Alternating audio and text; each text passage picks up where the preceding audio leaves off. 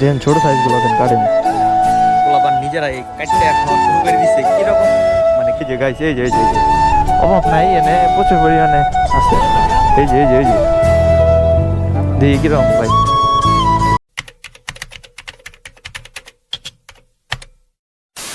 আসসালামু আলাইকুম, hello everyone, কি অবস্থা সকলের? আশা করি সকলে ভালো আছেন। আমি রিফাত আছি আপনাদের সাথে, আর আপনারা দেখছেন Hanaf Rifat YouTube channel and Facebook page.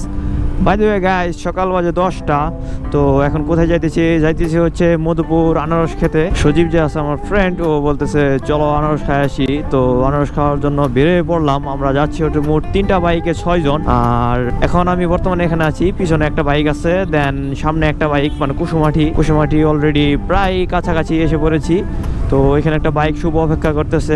তো দুইটা মনোটন, একটা Pulsar double disc ABS version যেটা সেটা, আর মোট যাচ্ছে হচ্ছে 6 জন। তো আজকে কিন্তু সেই একটা মাকাসাকা রাইড হবে, কারণ বুঝতেই পারতেছেন এটা কিন্তু একটা শর্ট ট্রিপে যাইতেছি। মধুপুর আমাদের এখান থেকে কাছে, শেরপুর জেলা থেকে খুব বেশি একটা দূরে না।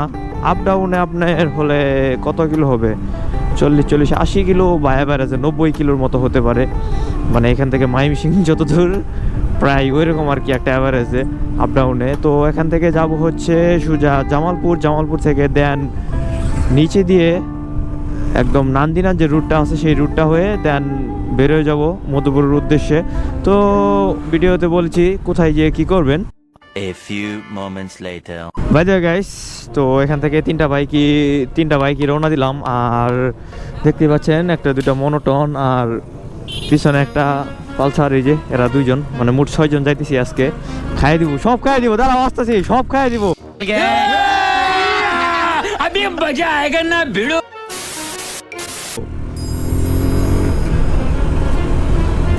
আরে গুনি, পালসার গুনি। अरे बाबा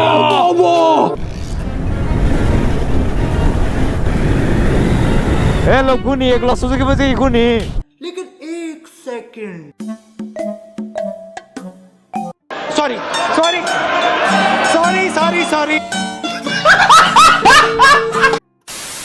তো গাইস, তো জেনেই যান, সেফলি চালানোর ট্রাই করবেন।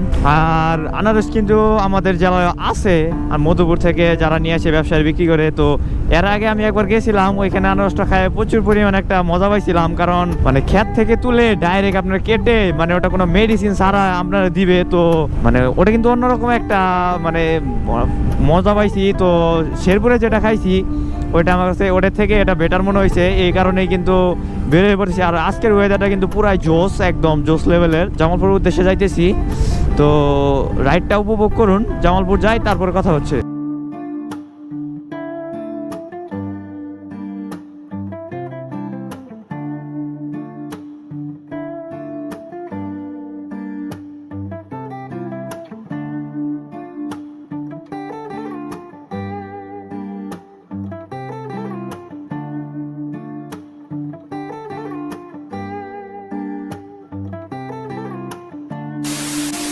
By the way guys, already Jamalpur bridge পার করে নান্দিনা রোডে ঢুকে পড়ছি। আর আমরা যাবো হচ্ছে সুলাখুরি দিয়ে। তো সার্জন বসছিল, যার কারণে একটু ভয়ে আসছি, কারণ ড্রাইভিং নাই, বুঝতেই পারতেছেন। তো হেলমেট থাকার কারণে মেবি সিগন্যাল টিগনাল দেয় নাই। যাই হোক, সিগন্যাল দেয় নাই বলতে গেলে ট্রাফিকের ফাঁক ফুকুর দিয়ে বেরিয়ে এসে পড়ছি। তো যাওয়ার সময় আমার আর একটা প্যারা, সমস্যা নাই, ইনশাল্লাহ যেতে পারবো। তো এখন নান্দিনা রোডে আছি। তো নান্দিনা যাই, তারপর দেখা যাচ্ছে কোন দিক দিয়ে যাই আপনাদের দেখা দিচ্ছি। ভাই গাইস, অলরেডি কিন্তু নান্দিনা বাজারে এসে পড়েছি। এখন যাব ডানের রোডে। আমি আসলে এলাকার নাম ওইরকম ভাবে জানি না। আয় হাই রে গাইস, বলতে কিন্তু মানে আস্তে আস্তে অলরেডি ভিউটা দেখেন, সেই ওপি লেভেলের একটা ভিউ, পুরাটাই ধান খেয়ে, তার মানে আকাশটা সেই রকম, ওয়েদারটাও কিন্তু আজকে জোস। তো বলতে গোবিন্দপুর বাজার বলে, তো এটা মাত্র ছাড়াই আসলাম। আর রুটটা কিন্তু ভাই অস্থির, যেহেতু নতুন রুট করা হয়েছে এই জন্যে। ওরে ভাই, এগুলা করবেন তো ভালো কথা, খেরা তো মোটা করে দেন কেন? যাই হোক, তো রুটটা কিন্তু জোস অনেক। আর গ্রাম অঞ্চলের ভিউ, বুঝতেছেন এই ব্যাপারটা, সেরকম একটা view. A few moments later. इधर से मधुपुर कहाँ है? हम लोग इंडिया से आया है। अनारस किधर से पाया है? मैं ये मधुपुर कहाँ है? इधर से बात करो। तुम लोग हिंदी नहीं पता है?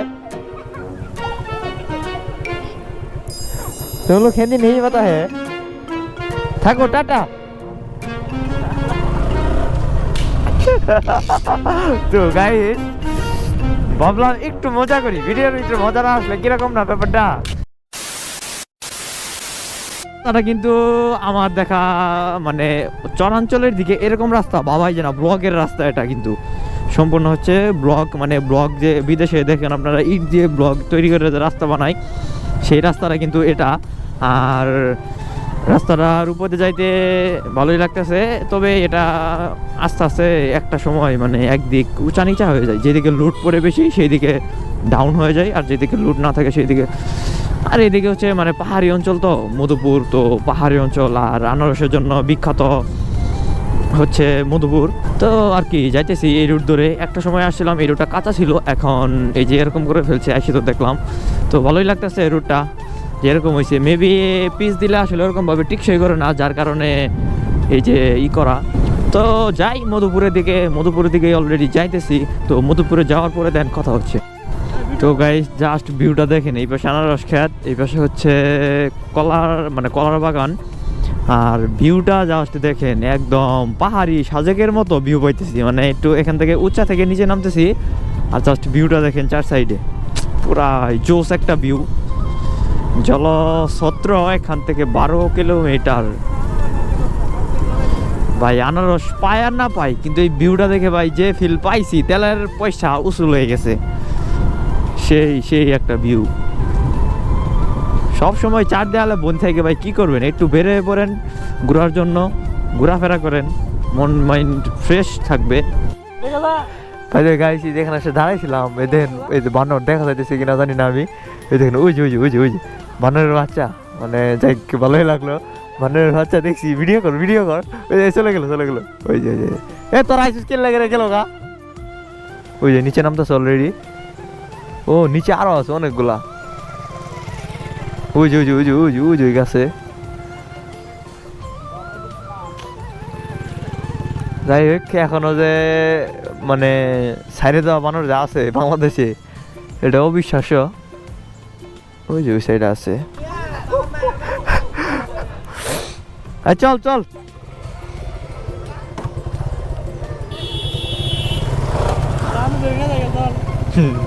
কই না যাবি? এই যে গাইছে, এই যে অভাব নাই, এনে প্রচুর পরিমাণে আছে। এই যে কোনো জায়গায় পাবো না, এত কষ্ট করে এলাম তেল ফুরায়। দেখি কিরম ভাই,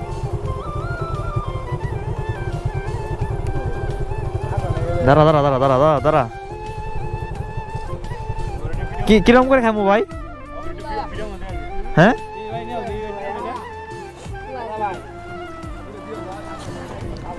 স্বাদ কিরকম রে সুদীপ?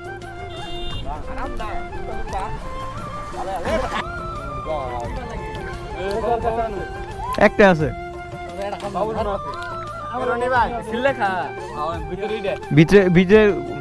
ভিতরে কি করবো? হ্যাঁ গাইস এটার নাম হচ্ছে বেদগুড়া। এটা আসলে জীবনে প্রথম আমি খাইলাম।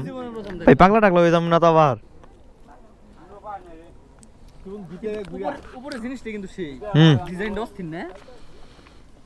কিরম জানি সাপের মতো। হ্যাঁ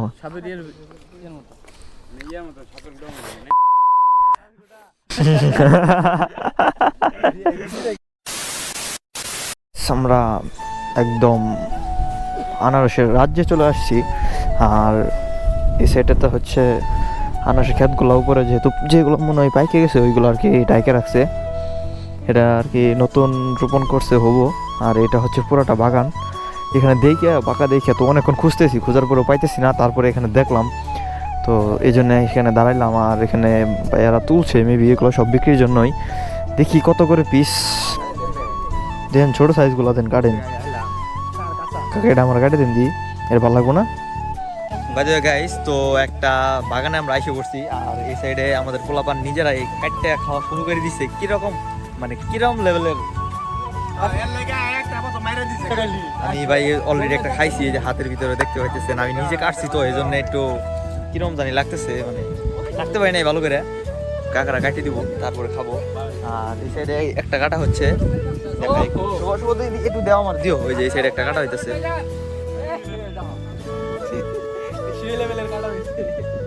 সবাই নিজে নিজে কাটে খাওয়া শুরু করে দিছে। সামনে তো সব